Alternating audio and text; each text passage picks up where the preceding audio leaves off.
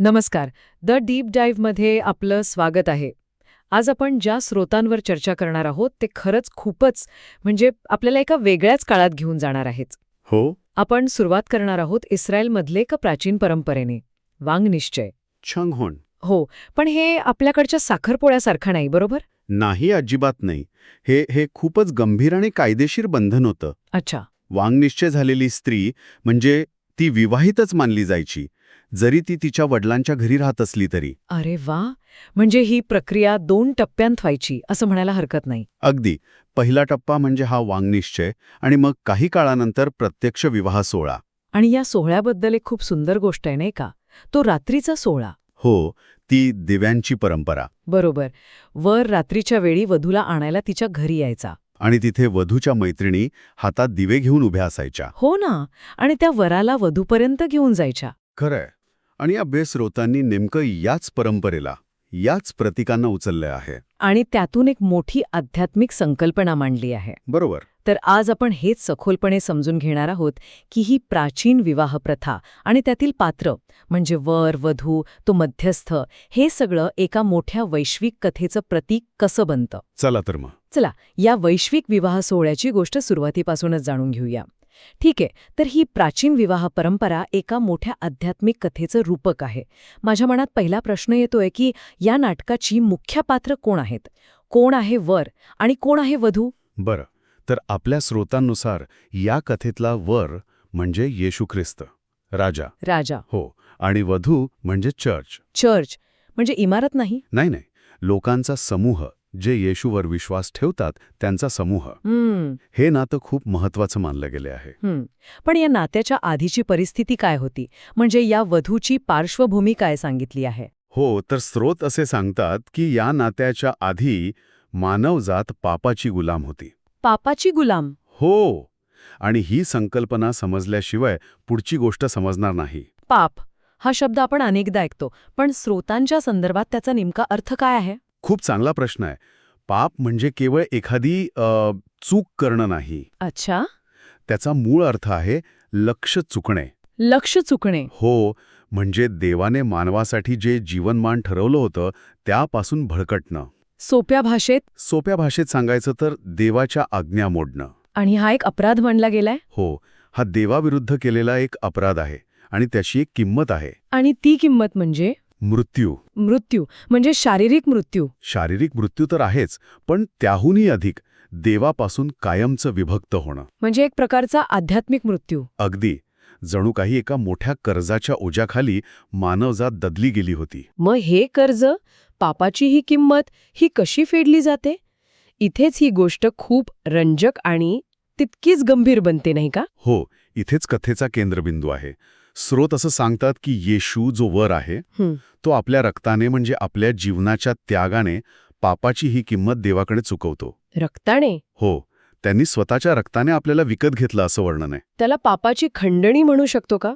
हो, पापाची खंडणी किंवा एक प्रकारची कर्जफेड. पण एक मिनिट, हे रक्ताने विकत घेणे किंवा खंडणी हे शब्द आजच्या काळात थोडे विचित्र किंवा कठोर वाटू शकतात. बरोबर आहे. यामागे नेमकी कोणती भावना आहे हे स्रोत अधिक स्पष्ट करतात का? करतात ना.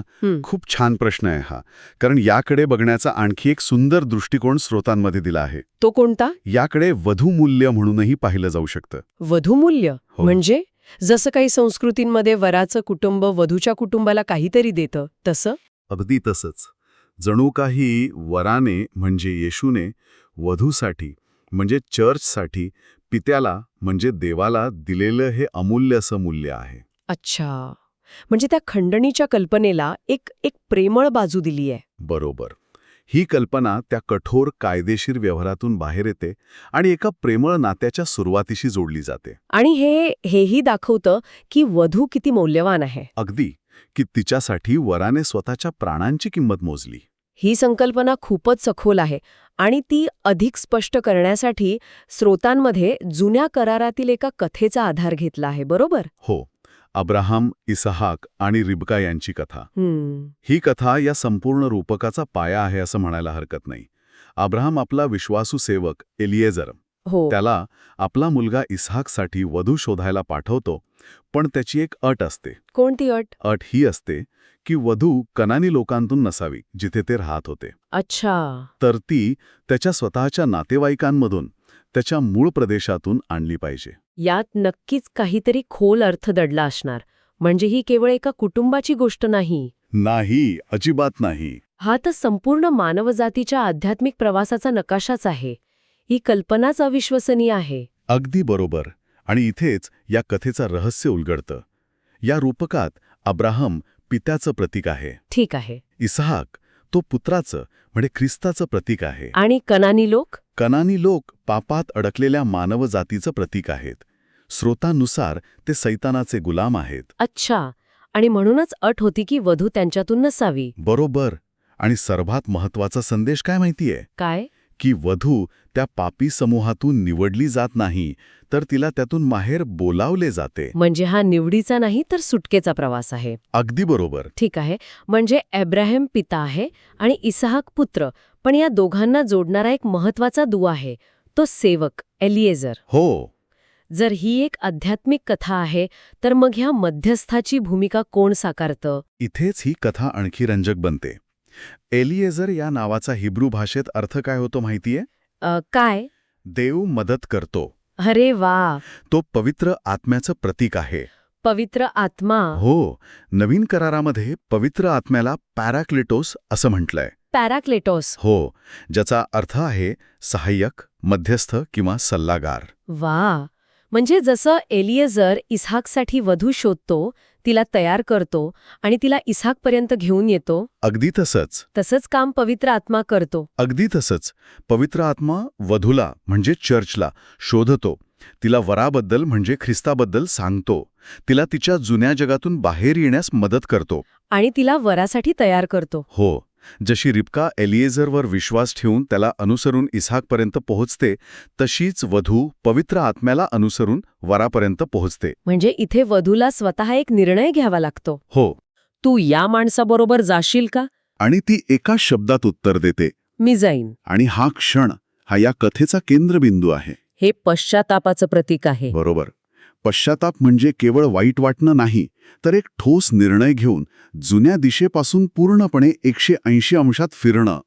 स्रोतांमध्ये एक वाक्य आहे की वधूला आपले लोक आणि आपल्या पित्याचे घर विसरून जावे लागते. हो.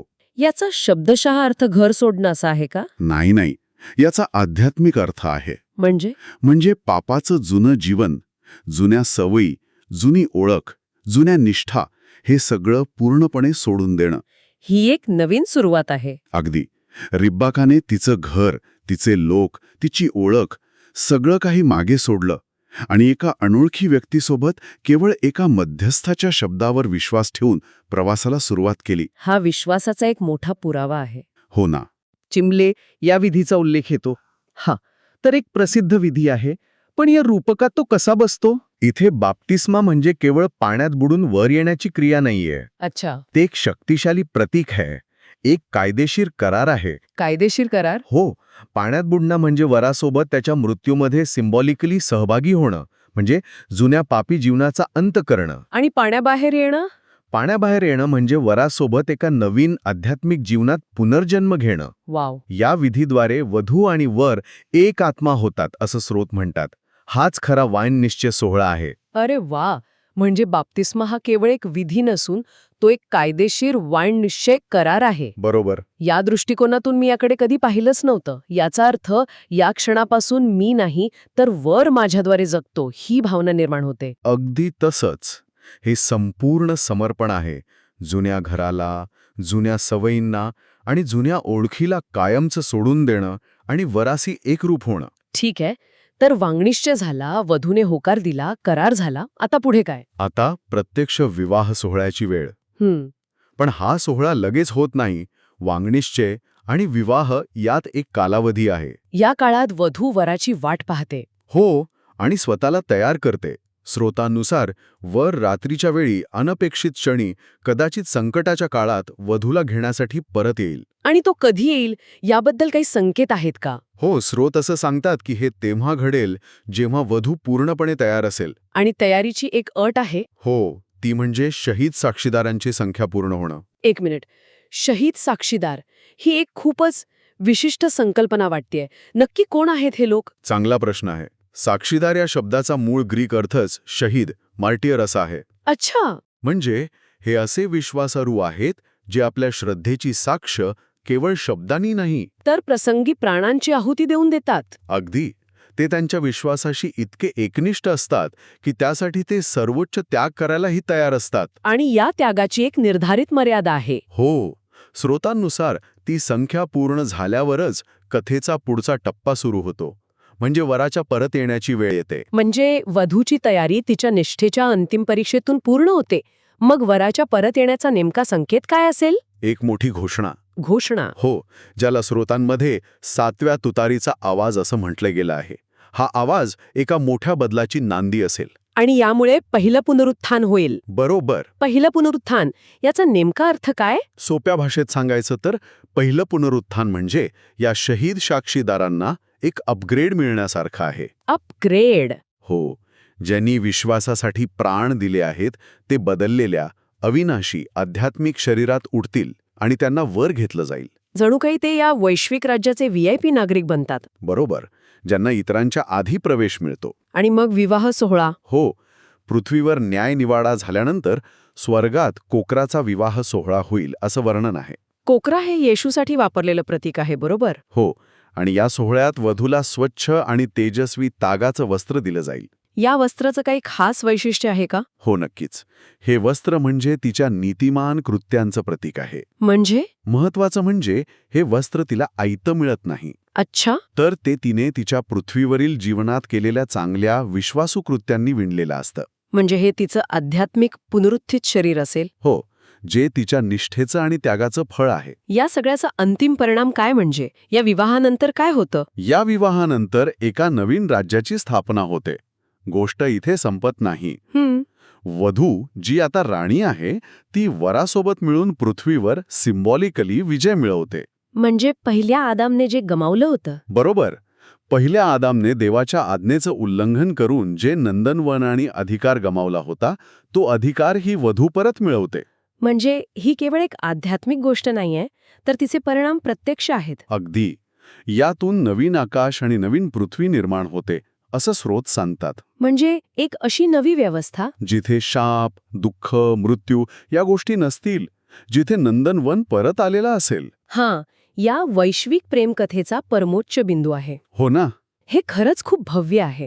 सुरुवातीला आपण पाहिलं की स्रोतांमध्ये अनेक भूमिका आहेत. शाहीद साक्षीदार, वधू, दत्तकपुत्र, प्रथम फळ आणि राजा व याजक. याचा अर्थ काय होतो? याचा अर्थ या सगळ्या भूमिका एकाच अंतिम ओळखीकडे निर्देश करतात. म्हणजे जो शहीद साक्षीदार आहे तोच वधूचा भाग आहे. तीच वधू दत्तकपुत्र म्हणून देवाच्या कुटुंबात येते. तीच प्रथम फळ म्हणजे नवीन निर्मितीची सुरुवात बनते. आणि शेवटी वरासोबत राजा आणि याजक म्हणून राज्य करते. अगदी बरोबर. या सर्व भूमिका मिळून तिची ओळख पूर्ण होते आणि गमावलेला अधिकार परत मिळवण्यासाठी ही एकसंध ओळखच महत्वाची आहे. अप्रतिम. एका प्राचीन विवाह परंपरेतून सुरू झालेला हा प्रवास विश्वाच्या निर्मितीपासून ते त्याच्या अंतिम स्थितीपर्यंत आपल्याला घेऊन जातो. खरंय. आणि जाता जाता ऐकणाऱ्यांसाठी एक विचार. ही संपूर्ण वैश्विक कथा एका अत्यंत जवळच्या आणि वैयक्तिक नात्याचा म्हणजे विवाहाच्या दृष्टिकोनातून मांडली आहे, बरोबर? हो. जेव्हा अंतिम ध्येय केवळ शासन करणे किंवा शिक्षा देणे किंवा अधीनता नसते, तर विवाह नावाचं एकीकरण, एकरूपता आणि प्रेम असतं, तेव्हा ते दैवी शक्ती आणि मानव यांच्यातील नात्याच्या मूळ स्वरूपाबद्दल काय सूचित करतं? हां, खूप खोल विचार आहे. यावर नक्की विचार करा.